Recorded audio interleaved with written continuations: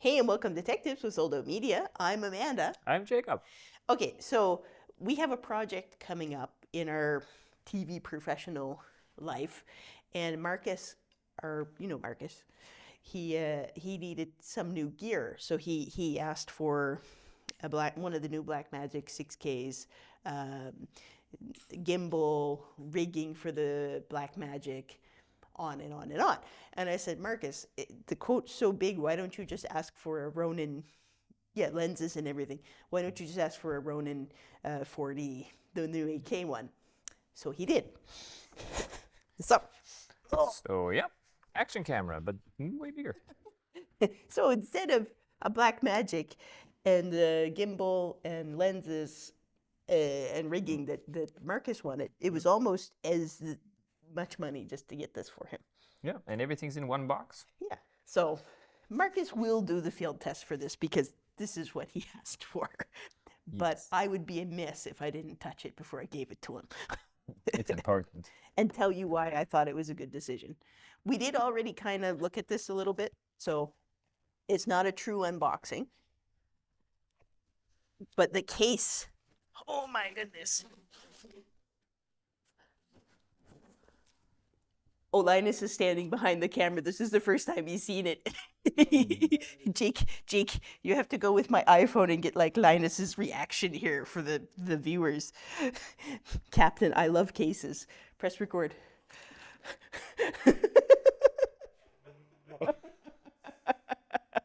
It's awesome. It's beautiful.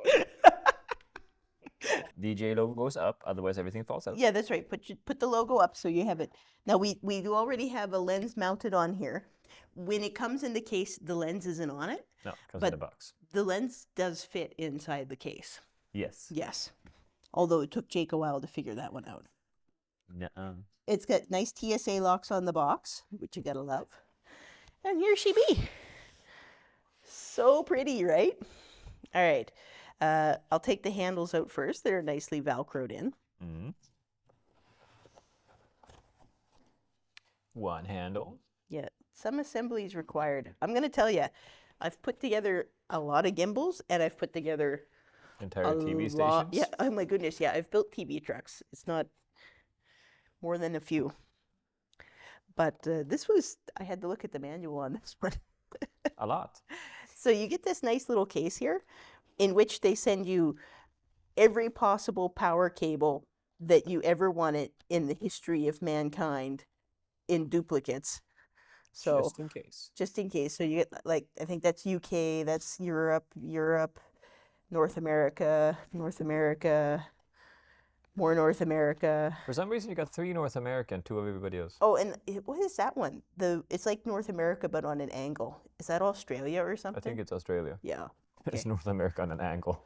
North All right, America then. on an angle. You get all kinds of covers for the lens caps and back caps and strap caps. Here, you could open that. We didn't open that yet. Holding the case. You have all kinds of Actually, we USB-C. don't have anything in it. I can let it down. I have to say, one thing that still bugs me about DJI, and DJI, if you're listening, if we're on this environmentally friendly thing, Use paper bags. so much plastic. And they plastic every single cable, which in one way is super nice, but it's also awful because there's so much. Like our Ronin 3, RS3 Pro was like The 10 same times more than this. This is really nice. It's a cloth USB-C. And it also has a tie on it, so you don't have to use the plastic. See the USB-C? It's very Did you nice. see the cloth? I saw it. It's very Show them the strap. Show them. This is the hand strap, by the way, not the shoulder strap. So it goes on the handle so you don't drop it. Is that actually as light as it looks? Yeah. So because this is the Pro version, a Pro combo rather, we have gotten built in the 8K ProRes RAW. Yes. It has the memory card slot right here. I'll show you that to you in a second, built in.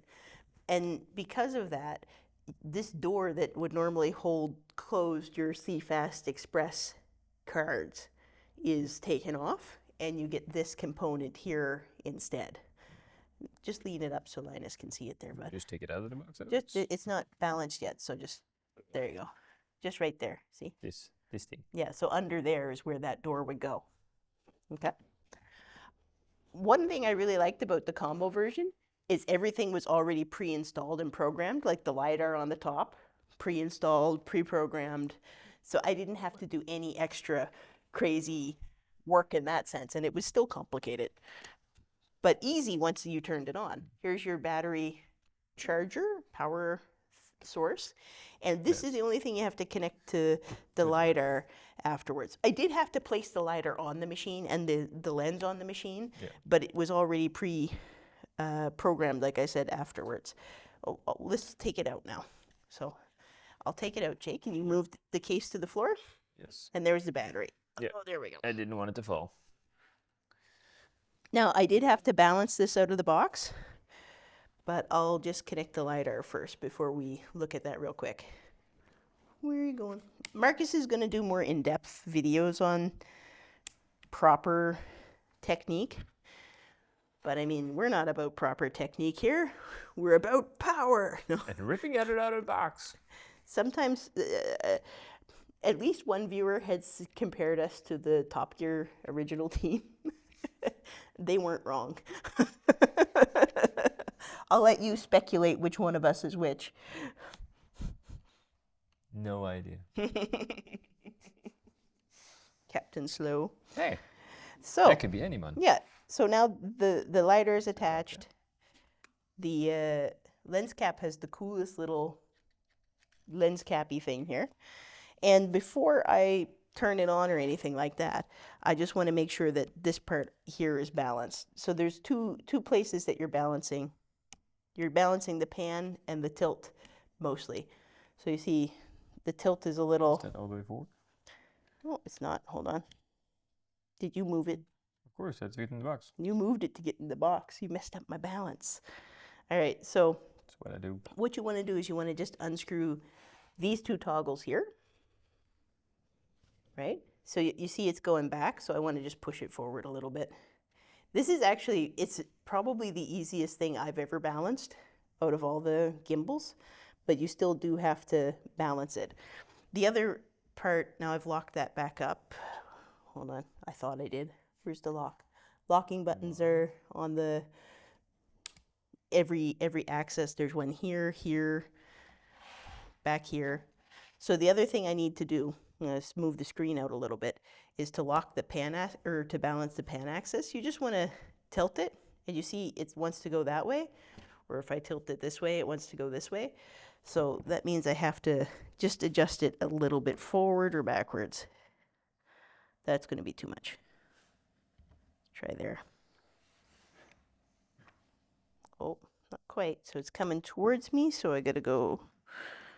Just say if you want me to hold it. Otherwise, just leave it be. It's okay, hon. Don't touch the camera. See? Now look. Oh. Whoa, magical, right? Yeah. Linus is laughing at me. So because of the way this is made, you don't really have to balance this part here. This axis is like unnecessary to balance because this is pretty much equal. And there's nowhere to balance it anyway, so that's up to the DJI motors to figure out, I guess. All right, so I'm unlocking all the accesses because we're going to turn this on. Unlocking the Z-axis, the big arm, is a different thing altogether. I'll show that to you. But for starters, battery, there's a button on the side here that you push in, and you just slide the battery in and make sure that it's down all the way, and Nice you got that click. click. There you go. And again, there's the 1 terabyte drive that comes with the combo, which is excellent. Although I don't think that's going to last you very long when it comes to 8K raw. 8K raw. Oh, we should put the handles on too. These handles are adjustable, but they're phenomenal. They feel so nice in the hand. Adjustable but phenomenal. No, but I mean, like, there's I don't know why you'd adjust them, but they just did you see that? They just slide right in and then lock. And then there's where you adjust how you want them with that lever. You Very have a nice. toggle over here that you can use to move the camera, and you have a big Focus wheel. focus wheel over here that you can actually use you can select what it's on. Like it's like a quick button. There's so much stuff to look at. So to turn it on now, we hold it in for 1 second. And there's the screen coming on. At what point do we unlock the last axis? Right, you want it to be on when you unlock the last axis. On per start. Yeah. Right? There she goes. And if you look here at this little toggle wheel right here, you see it's actually moving the camera head. See? Hello. All right, so 2 locks you have to do. You have to unscrew this lock here on the bottom to unlock the Z-axis, and you have to pull it out. At the same time you're pulling it out, you have to be simultaneously pressing the 4D button right there. And when you do, boom, there she be. It feels a very elegant way to do that. Right? And look, just like the gimbals, you can do an auto balance on it after an auto tune after you've done your balancing that will get it even more in gear. Let me see here real quick on the menu. Where is the menu button there? On the side is the menu button. There's Right. buttons all over the screen. Right there, just so you can see. It came loaded with the ProRes RAW codec, which you would otherwise have to buy separately. Yes, we looked Yeah. through all the boxes for a key, but it was already in there. Yeah. So Marcus has a big job in front of him to test this. Again, the LiDAR works on it, the tracking works on it. It's such an awesome little machine. And we're going to hand it over to Marcus and let him do the, I don't even know if the specs would fit in one video. No. We'd have to individually B-roll every single one of these power cables for different countries just to make the specs stretch out long enough. But we'll leave it over to Marcus. He's going to take you on a field tour with this, and yeah, he'll see you in the field.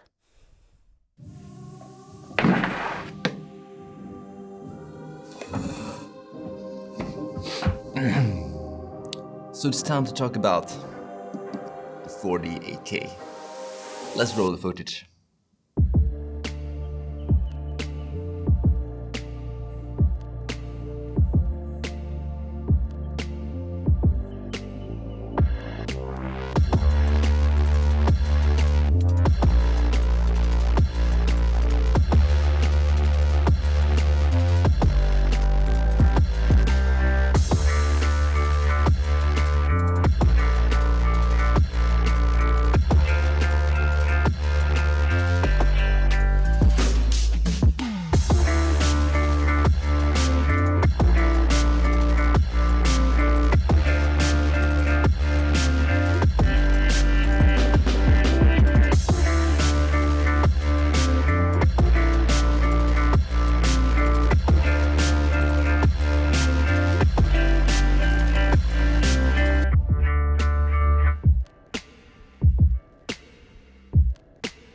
So I've been using this camera for about 1 month, and I have used it on a shoot that was 2 times 1.5 hours, and also testing around some different settings to see what works the best. So this is gonna be a short-term first review of the Ronin 4D 8K. To use the camera in longer occasions or longer shoots is not a big problem, but you need to alter between push and pull. I mean, you need to like pull it up and adjust the handles and push it up. That makes it very usable even if in longer occasion. But I do, yeah, of course I would like something like an easy rig or something for it if I had to shoot for it like more than 1.5 hours at a time. Moving on with all the buttons on the handles. We do have this joystick here where we can move the gimbal as we like. And we could also, for some reason, lock it with this lock here. So now I can't move it, and the monitor is telling me that it's locked. So then we need to unlock it, and then we could move the gimbal again, just like that. Next to that, we have the tracking button, and we have the exposure. We have the false colors, and we can go on the other side on the mode button to change the ISO setting. And now when it's highlighted on the menu, we can use the dial to adjust it. And right now we don't have the range expander mode on, since our native is 320 and 1600. But if we were to turn it on, we can turn off that for now and go to menu, and we go to record, settings, dynamic range expander, expansion. Now our lower native is 800 and our upper is 4000. On the other side, we have the mode button, which we could toggle between the ND filters, the ISO setting, the iris setting, and the focus. And when we have the zoom lens on, as we have right now, we could also use it for the zooming in and out. And then we need to go back to the focus part to make the LiDAR return to focusing. So we have the AMF, which is out of focus with manual adjustment. And we also have the AF, which is only out of focus. In the ROA mode, we have Smart, which is the mode for when you want to track as well as focus. And we do have Wide mode and Sport mode, which is if you just want to focus. And we have different distance with this position or distance. And if you want to use a LiDAR, you need to be in position. We have three different tracking speeds, which is fast, medium, and slow. If you want to have more cinematic looking focus in and out slowly, in that occasion you can turn down to slow. I was shooting this intro, as you saw, that in that case I had it in fast. So right now I have the calibration set to none, and if we look at it, it focuses quite good at me. But if I turn this to the actual official calibration, it's not that good anymore. And it easily falls off a bit.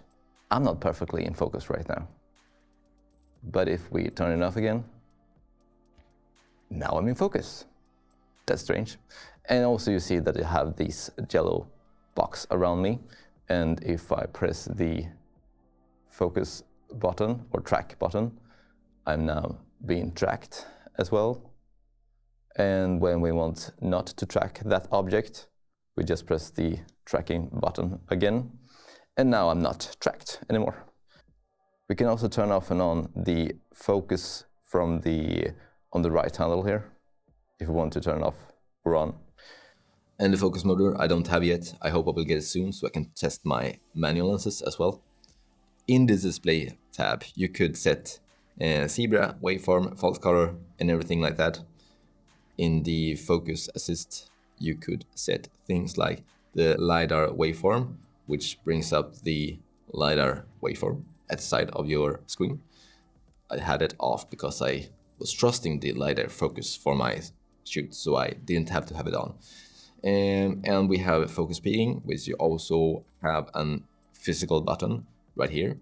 On that long shoot I did, I was wondering what that button was, so I was trying to customize my two custom buttons down here, the C1 and C2, to peaking, but it didn't work because there was a physical button for it, so that's neat. You do also have 9 stop of incredible great NDs, which is very great for exposing, and I do love to not have to screw on filters on my lenses. So the menu system is very nice. I often shoot with gloves on because we're in Sweden, where it's very cold often. So everything you want to press has a physical button to it. So it's really easy to just press it. We do have this wheel at the side that we could use for going up and down in the menu that we just entered, and just press the menu again to exit. And everything has a physical button on the top row and on the bottom. And the menu is accessed in top of the dial here. When we go through the menu system, we have the image area where we can set full frame or crop into Super 35 in the project, and we have the 3 different codecs to choose from: ProRes RAW, ProRes HQ, and H.265. And we can choose from resolution 8K 5.5, which is only in Super 35, and 4K. So we go up to full frame again, like that. Now we have only 8K and 4K. In the project setting, we set the project's frame rate, which is not the same as what the frame rate we want, the highest frame rate we want. That we do in here. We can only go to 60 right now, but if I press HQ, I can go to 75, and then I need to accept that it will be a crop or a letterbox. And if we go back to the menu and go down to 4K, now we could raise this even more. So we can go up to 120, but still have that crop. If I turn it off, we go down to 60. If we turn it on, we go up to 120. Let's go back to the menu, and we can go to display, where you can set exposure assistance and focus assist. I use peaking. I like that the most. And we have monitor, where we can set our LCD brightness. I have never touched the LCD brightness because it has been working really good, even in outdoors and indoors, of course. So it's like my grading monitor. I never adjust the brightness of my graded monitor either. And we have the monitor set to Rec 79. We could choose to see the D-Log or the HLG or the look. So I want to see what I'm going to see when I have converted it through an CST. So that's why I have it set to Rec 79, because that will be what I'm going to see when it's converted. Anyhow, that's a mouthful. We have HDMI. We also can set what color space we want to be looking at. And look, of course, is going to bake it into the file. Then we have stabilization. We have record, display, user setting, storage, system, lens, stabilization, and transmission. The transmission part is for the module that you can purchase separately. In the user tab, you could set what you want the custom button 1 and custom button 2 to do. So have it to recenter and focus magnet. And storage, it's self-explanatory. Moving on to the gimbal modes. When I turn the 4D on, I always have the gimbal mode set to off, so the gimbal is loose. And then when it's on, I turn it to follow. And we also have the lock mode, which makes the gimbal lock on that current target. And we have 3 different follow modes. We have the pan tilt and the pan follow, and we have the FPV. And I really do like the FPV mode, but can't use the tracking feature in FPV, which I hope will be a future update. And also here we have an USB port for if you want to have an external USB or firmware updates. And also this wheel right here is the same wheel as from the handle. So if you don't have the handle on, you can use this wheel. And we have the 2 custom buttons, which I have set to magnify and recenter the gimbal. And we have a lock switch here as well, so we don't accidentally turn off the camera. Record button and the 4D button that's on the body. We also have a 4D button if we double tap on the right handle. If we go over to the other side, we have mic and headphone input. We have the input for the high bright monitor, and we have an HDMI out as well, and we have DC in. You can mount the monitor either to that side that we have right now, or to this side here. And if you don't have something here, we can mount something like a microphone there. The DD mics fits perfectly when the Z axle is on as well. The battery life is reasonable, but I would like it to be obviously longer, but it's about 1.5 hours. And during my shoot with the 2 times 1.5 hours, I was able to charge this to about 80% in between the 2 segments. So why did I choose this camera instead of the Blackmagic? Because this camera is what I wanted the Blackmagic to be.